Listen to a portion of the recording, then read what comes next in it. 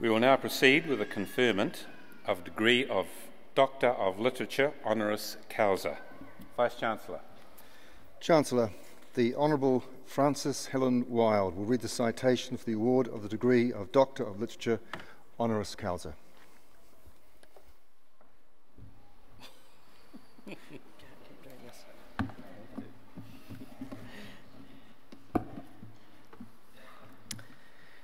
Chancellor, I'm privileged to read this citation in support of the award of Doctor of Literature honoris causa to Diana Goodman. It's highly appropriate that this honour is being bestowed this year when the Massey University Journalism School is celebrating its 50th anniversary. Diana, an outstanding international journalist and an outstanding New Zealander, was an early graduate of the journalism course delivered by Wellington Polytechnic, which later became part of Massey University. And I'm particularly delighted to be here today also as a graduate of the very original pilot course in journalism in 1966. There were just a dozen of us, mostly school leavers like me, but some very old 30-something-year-olds as well. We didn't always take it as seriously as we should, and one day the head of the Polytech visited to clearly explain that if we didn't immediately begin to attend every session, all of us, the course would be abandoned, and we would be personally responsible for having no full-time professional journalism training thereafter. Of course, we became excessively diligent. We did attend every single session, and the rest is history. There are now fully fledged degree and postgraduate studies available, bearing no comparison to that one-year course. Chancellor, I think congratulations are due to Grant Hannis and all current and former staff of the school who received a special accolade at the Canon Media Awards last week, which noted the phenomenal contribution Massey University Journalism School has made to our media over the last 50 years. Although that half-century makes me feel like the oldest living inhabitant, at least I can claim something in common with this afternoon's honorary doctor. Diana received her early education at Lytton High School in Gisborne and then Samuel Marsden Collegiate College here in Wellington before enrolling for the course. In looking at her achievements, it's clear that one of her key characteristics is persistence, a good trait in journalists. It was especially important back when she began her career because then many of our senior colleagues, most of whom were male, just assumed that a girl would want to work on the women's page, and don't laugh, you journalism graduates, there was such a thing in those days.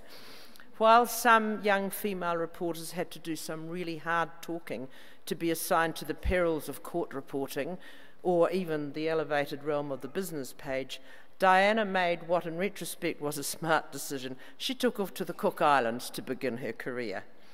She did return, first to the Dominion and then to what was then the New Zealand Broadcasting Corporation. However, in 1975, she made another good career choice and moved to the much, much bigger market of Britain. There she started in commercial radio before joining the BBC as a news producer in 1978. Diana's career at the Beeb was lengthy and varied, but alas, she struck the same issues that were still prevalent in journalism here at the time. She later said, "I covered all types of stories, from IRA bombs to bank holiday weather reports, and worked all shifts, and I never had any problems with the management side. But the male reporters seemed to have a real problem in accepting that a woman could do the job. They thought we couldn't and hoped we couldn't." Well, Diana could, and she did. In the early 1980s, she had what I think was one of her first foreign assignments, a visit back down under to cover the first tour abroad of the Prince and Princess of Wales. But after that, it got more serious.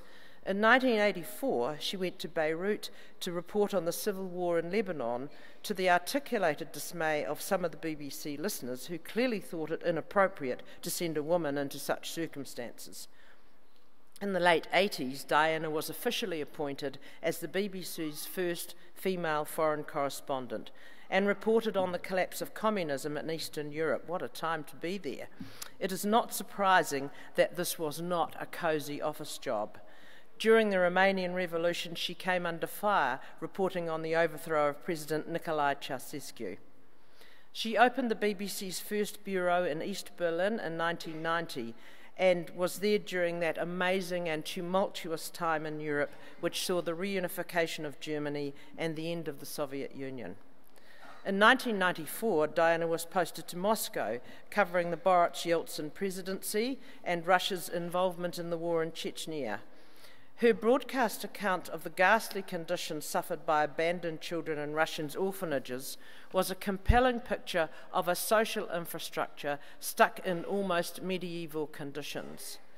Another BBC correspondent later singled out 3 specific reports, including this one of Diana's, and said of their writers, they had in common an ability to use words that brought the listener directly into the picture, and they were engaged, not as partisans, but with a clear sense of moral astonishment at the wrongs they were witnessing.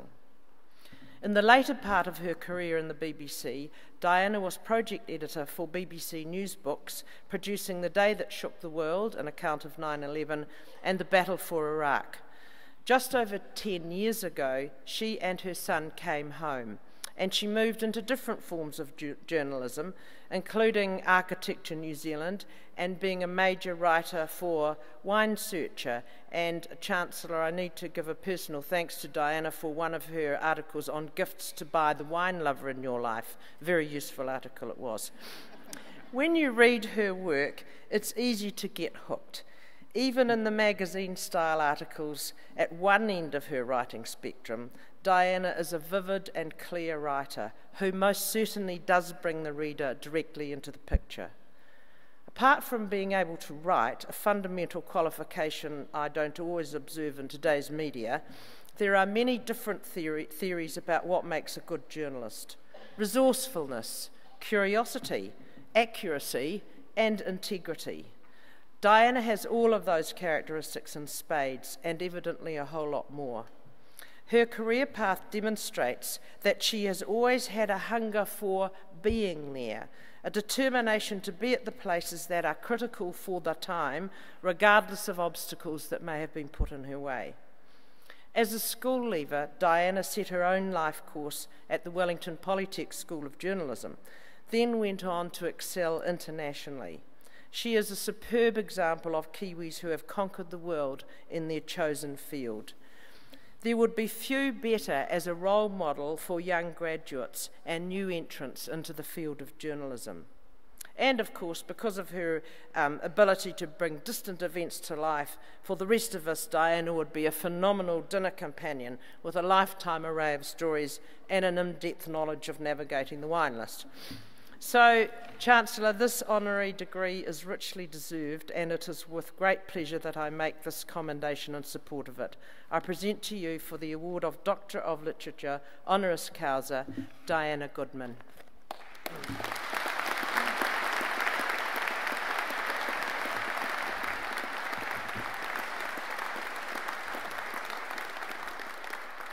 Perfect.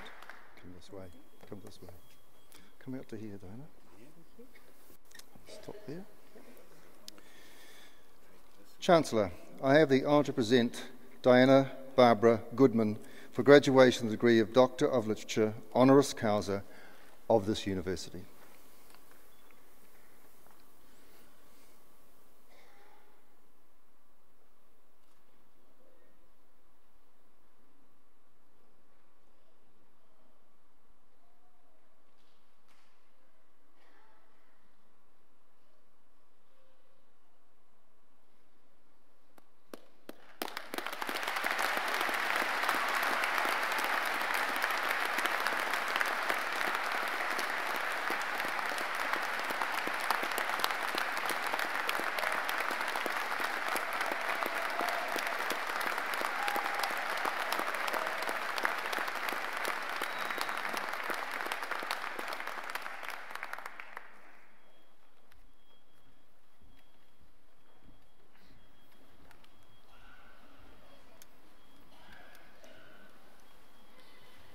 It is now my great pleasure to invite Dr. Goodman to address the graduands. Well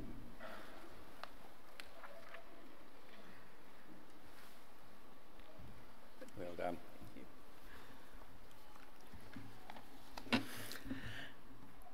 The Chancellor, the Vice-Chancellor, members of the faculty, distinguished guests, and graduates. I am very proud to have been awarded a Doctorate in Literature from Massey University, and I am especially thrilled to be the first recipient from the School of Journalism. Thank you, Fran Wilde, for your very generous citation. I feel as though I have just lived my life all over again, right here. Some months ago, I came across an article published in the Christchurch Star-Sun a couple of years before I was born. Under the headline, "Science Explains the Superiority of the Masculine Mind," the writer claimed that women learned like parrots, acquiring knowledge but understanding very little of it. Curiosity translated only into a love of gossip. And what's more, in their teens, girls wasted most of their mental energy in the study of clothes and cosmetics, while boys got increasingly interested in discovering why things happened. Well, I wanted to know why things happened, and I decided quite early on that my aim was to be a journalist. It seemed a career that would provide excitement as well as responsibility and take me to the heart of what was going on in a city, a country, or the world. I was already aware of the maxim that journalism is the first rough draft of history. At the Wellington Polytechnic School of Journalism, I received a very good grounding in the skills required. I dug out some old copies of the student newspaper recently. You won't believe what our principal concerns were. Fighting for the right to smoke during all lectures and to have many more cigarette machines on the campus. My parents were living in Rarotonga when I graduated, and so my first job was with the Cook Islands Broadcasting and Newspaper Corporation. One of my tasks was to transcribe the world news as it came crackling over the shortwave radio from the BBC in London. There I was, sitting at my desk on a tropical island in the middle of the Pacific, riveted by the sound of correspondents reporting from around the world.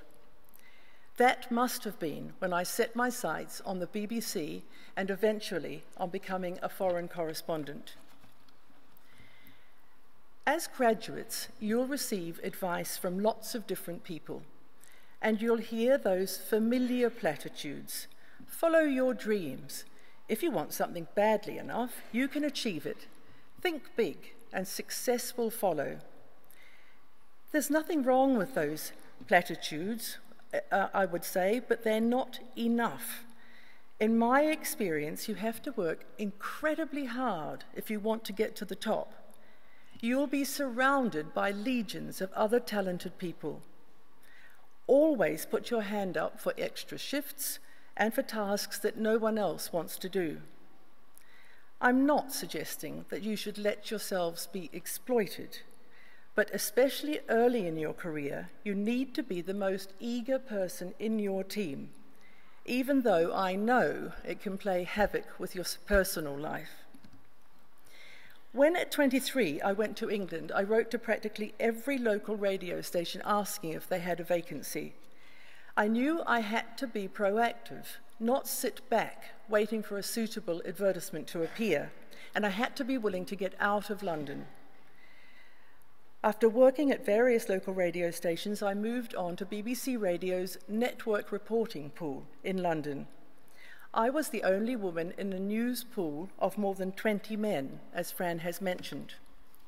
They made it clear that in their view, women were likely to cry at the first hurdle and were not physically or emotionally strong enough to match their male colleagues.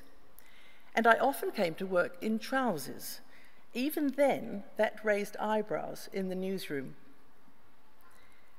One of the most dangerous stories I ever covered was the revolution in Romania in 1989. I was in Timișoara, where the uprising began. When I arrived, the city was in complete disarray, with snipers, loyal to the old regime, randomly shooting people dead in the streets. I had already been under shell and mortar fire in Beirut, but I found sniper fire much more frightening, knowing that someone up on a roof could have me in his sights. In the midst of the mayhem, I was able to record the sounds of a rapidly unfolding revolution. The immediacy of radio meant that BBC listeners could get a tangible sense of what the Romanians were going through. A couple of years ago, I stopped to pick up a hitchhiker in the South Island. She was Romanian, and when I told her I'd been in Timișoara during the revolution reporting for the BBC, she burst into tears. She said, "It was the foreign media who saved us. You gave us freedom by telling the world." It's moments like those that make all the hard work worthwhile. Early on in my career, little training was provided for BBC staff reporting from danger zones, but in later years, all news crews had to go through courses on working in hostile environments: wars, civil disturbances, mines and booby traps, what to do if you're taken hostage. We were given the chance to look through the scope of a sniper's rifle and take theoretical aim at fellow reporters crawling on their stomachs through a ditch in the valley below.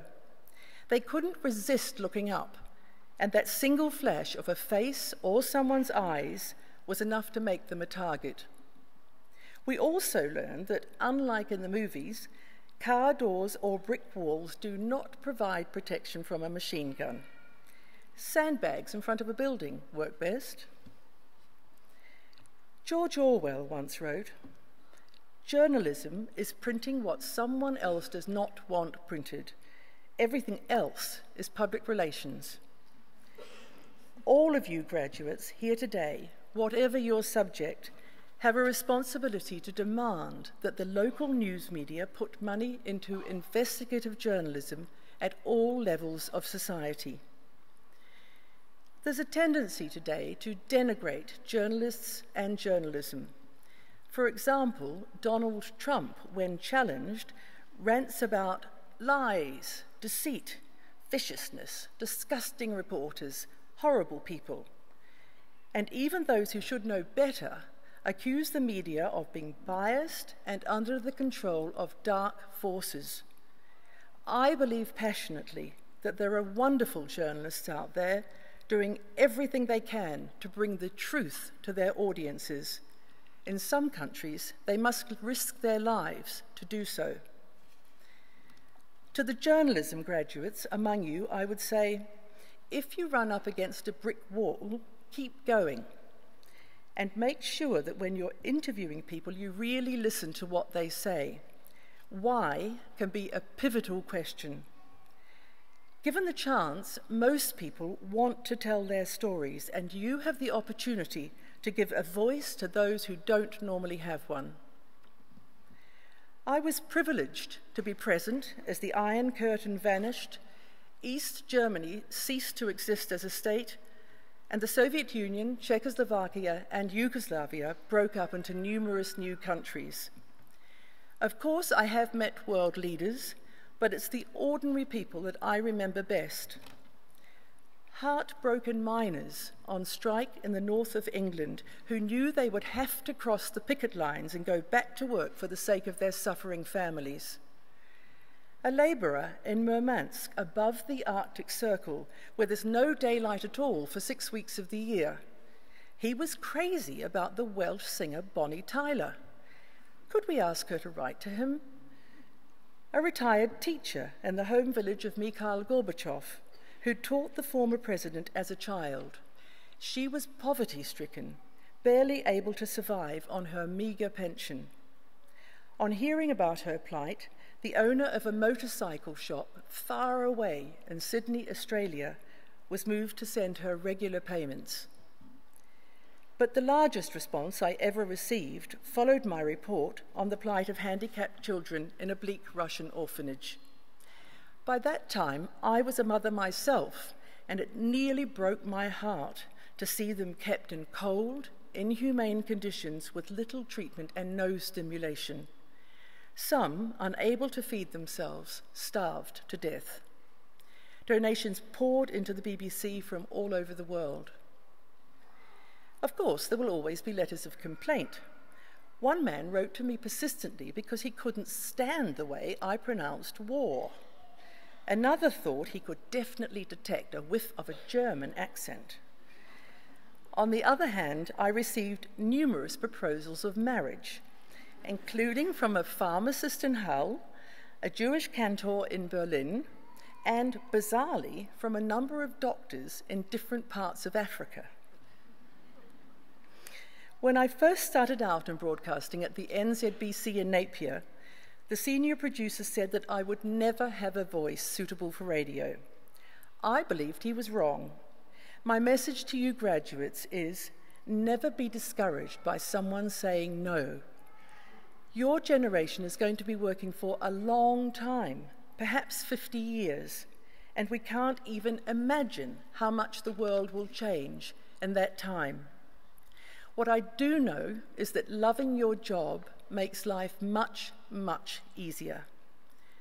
Try to retain a moral compass, compassion, and a strong interest in humanity. In other words, try to care about what you do.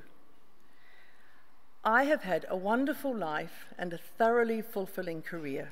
I wish all of you the same. Thank you.